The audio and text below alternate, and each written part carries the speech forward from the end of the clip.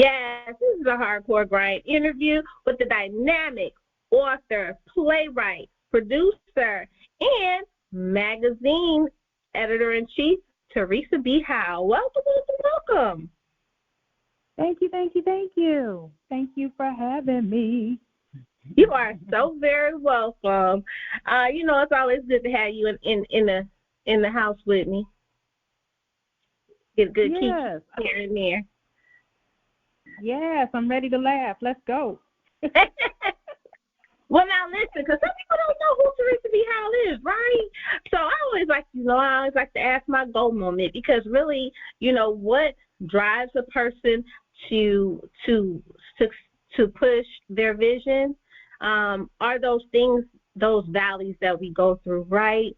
And so a lot of times we're really mindful about other folks, whether it's our kids, our husbands, who gonna feel this way, who gonna be this way. But when it comes to ourselves, we don't really move our feet right away, right? We deal with a lot of lack and doubt and fear before we step forward.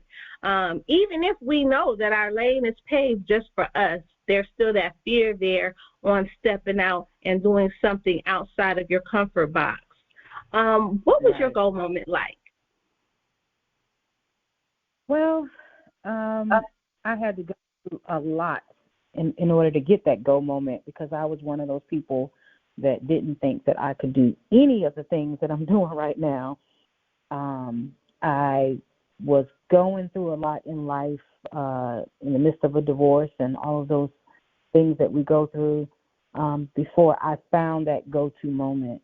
And it was just like literally in a dream that I woke up and said, hey, I had a dream about this and I had a dream about that. And I started to putting everything into fruition, hoping that it would turn into a pot of gold. And I just kept pushing. I really don't know how I do it all, because I'm, busy all the time. But I've come to the conclusion that I might be a little adult ADHD or something to that effect, because I get that go moment every time I see something, where I'm going somewhere where I can see something on a billboard. I might say, that's a great idea, and might create it into something else. So I think that I'm just driven by, I don't know, impulse. Right. Sometimes. Listen, sometimes. I call that the switch up, though. Mm-hmm. So yeah, I just try to push and push as much as I can. It's not that I don't have moments where I don't want to do some of these things, because in the industry it takes a while to grow your brand. So I do have those moments of defeat, but I'll call somebody like you or call one of my other friends and get that little push again, and the next thing you know, I'm on fire for about a good month. So I'm just glad to be surrounded by people who can see where I'm headed and can help me get there. Absolutely, absolutely. Now listen, though, because a lot of times that you got to keep good people around you. You know what I'm saying? You have to, because you need that iron sharpens iron experience in life, because we go through so much. Now, you've done so much in literature. A Black woman that can write is very powerful. What does that power mean to you?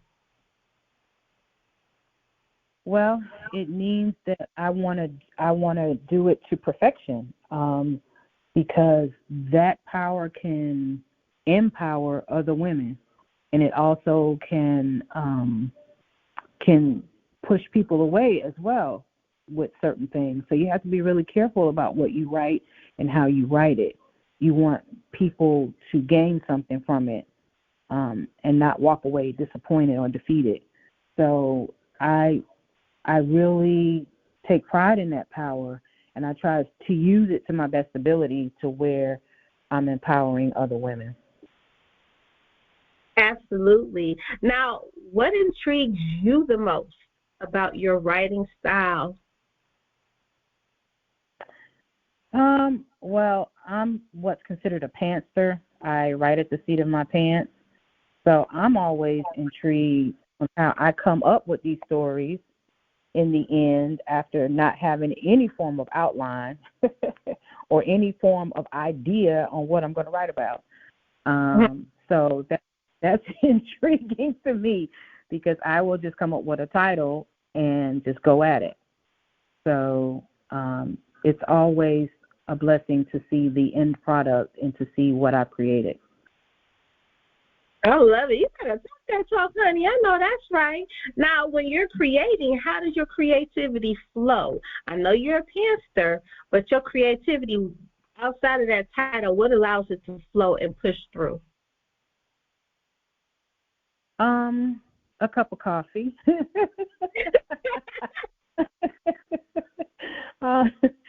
I guess, for me, I have to be inspired to write at that time. So what I'll do is I will pick up a book of another author, and I will read like 2 pages or so to get that inspiration, to get that kick.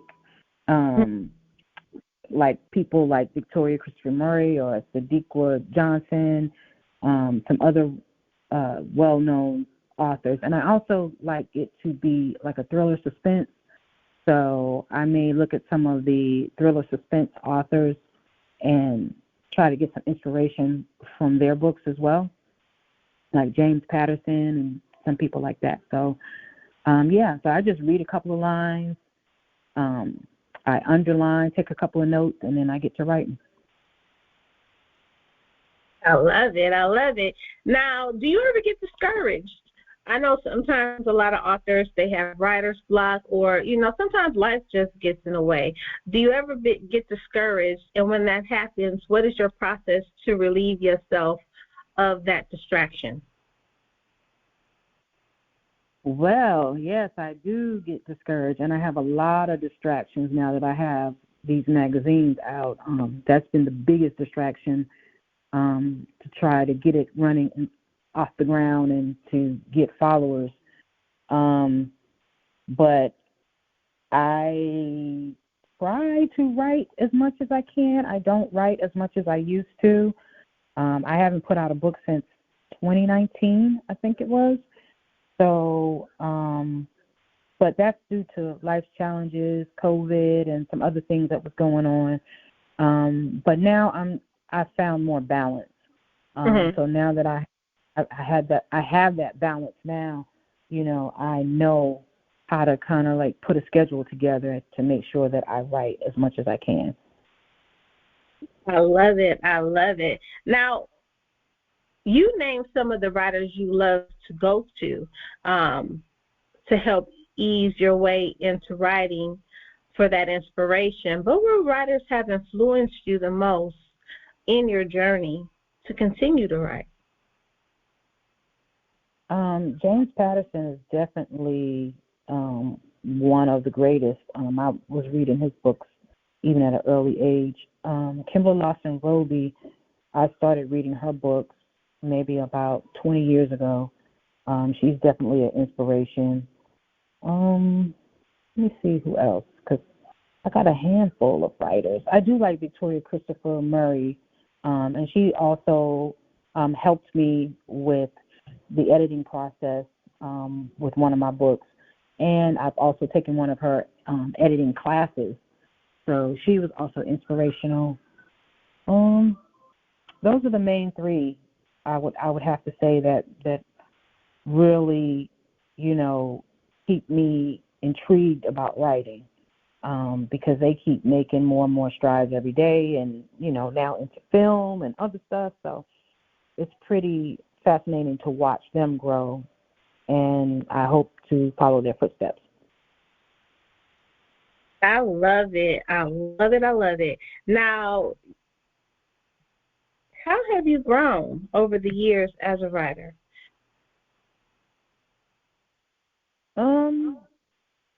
Well, I learned the do's and don'ts.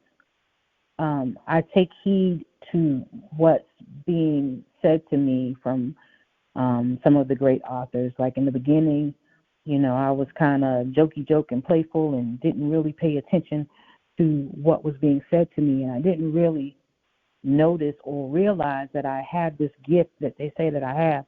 So once I, really started taking writing seriously and really wanted to create some great content, that's when it all came into play.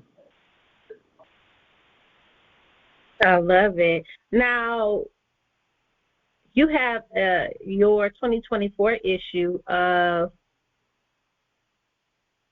The Heat Seekers getting ready to release soon. Talk a little bit about your magazine and what inspires each issue. So I've been a music lover all of my life. I used to sing when I was younger, and I always had the aspiration of being a singer. But that didn't happen. I turned around and I became a writer instead. So knowing the industry and knowing some of the people in the industry, and I've also had someone with Sony Orchard push me into writing about music. He gave me the inspiration to do the magazine. I said, well, I think I can do this, because I knew a lot of people in the industry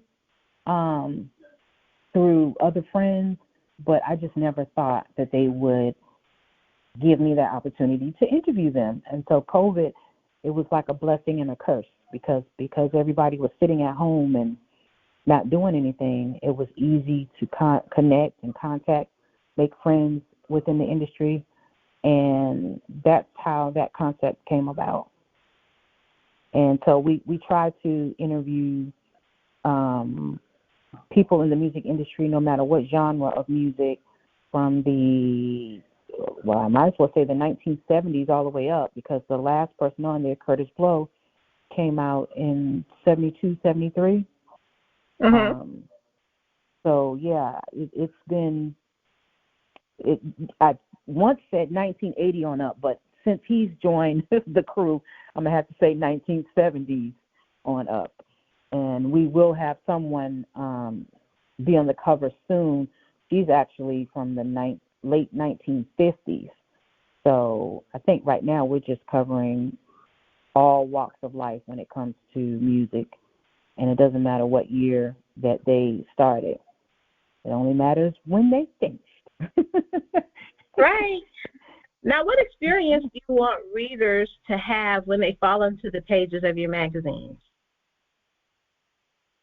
I want them to get a real understanding, because what happens is when some of the people in the industry they're not in the spotlight anymore, people kind of forget what they're up to. So my goal is to make sure that they stay relevant and that people are celebrating their current accomplishments and achievements, and that they are understanding the music industry just a little bit more than they did before. Absolutely. Now, outside of the Heat Seekers, you also have other magazines. Talk a little bit about your other magazines that listeners may want to get into. So I have one that is called Podstar Magazine, and that's for podcasts, live on Instagram or Facebook, YouTube videos, and audio and radio. So we'll be covering interviews for individuals who interview in those formats. And that's going to be really big, because we have a 5-star PR that's joining us as part of the writing team, and some other fabulous, well-known people that will be creating articles for that. The Educator is another magazine that I created because in my day job, that's what I do. I'm an educator. So I wanted to celebrate educators across the country who are doing great things in the classroom, inside and out of the classroom, because you have a lot of talented people that do some amazing things outside of their 9 to 5. I love it. Now, authors face many challenges that can be overwhelming when they start writing, especially if they want to be independent. And at times, those situations that they come into can be very complex for them to handle, especially when dealing with the business side of books.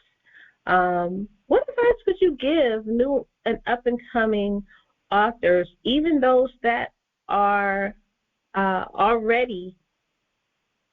that have already inked their first book, but are, on the fence about doing the second one? Research, and research some more. You can always get bigger and better in your writing. There's no limit. And I just started researching other authors and how they write and what they say and how they present their material. So researching and reading other books will really help you get to that next book that you're desiring to do. I love it. Now, if you could change anything in the literary industry, if it was your power, what would it be and why? The money, of course. Authors just don't get paid like they used to because, the digital world with audiobooks and things like that have pretty much taken a lot of money from individuals, just as it has in the music industry. So I would change that because I think they deserve to get paid, because writing a book is not easy. It takes a lot of work and a lot of hours and a lot of editing. So it would be nice if authors could be celebrated by getting a better pension from writing. Ooh, okay. I like that. Now, you're a very accomplished author. You're a host. You're a playwright. You're a media mogul. Tell me a little bit about Teresa B Productions. So Teresa B Productions was started because I just had all these things spinning at one time, and I said, let's just put it all into one box. So I created Teresa B Productions to put the magazines, the podcasts, the books, and everything under one umbrella. So that way it'll be easier, it's an easier name or easier brand to recognize, instead of having all these different things or different entities floating around and you don't know where they came from. So just the easier way to keep, I think I got 7 things going on right now, easier to keep everything in one box. That makes it easier for me, and it makes it easier for people to follow my brand. I love it. Now, Black women in media are literally kicking doors down, but they're still poorly depicted. When you look at different, even in the media, Black women are poorly depicted, even though they're taking media by storm. Why is it that it's hard for society to see Black women as the elite? Because it's still a man's world, like James Brown said. It's still a man's world, and no matter how educated, no matter what talents we have, we are always, for some reason, the underdog. So we continue to push and push and push to make especially African American women relevant. It's very hard in the industry. I can tell you, by the time you get to a certain level in the music industry, it's dominated with men, and not too many of us walking around studios or uploading music and doing those different things. So it becomes challenging, because when a man puts his foot down and says this is the way it's going to go, people listen. But when a woman does it, we are depicted as this mean and unruly person who, just hates the world, and that's not it. We have to have a more authoritative voice in the crowd so that people can pay attention. And unfortunately, we still have yet to overcome the battles of men versus women. So we still continue to try to just keep kicking those doors down until they see us. And it has worked to a certain extent. It will get us in the room. It will allow us to have, some of the resources that they have, but it's hard to stay in the room. And so you have to really be someone that can really stand your ground when you're in this type of business industry, whether it's music or books. Absolutely. Now, how do you display Black womanhood through your media engagement? Well, all they got to do is look at my face. I mean,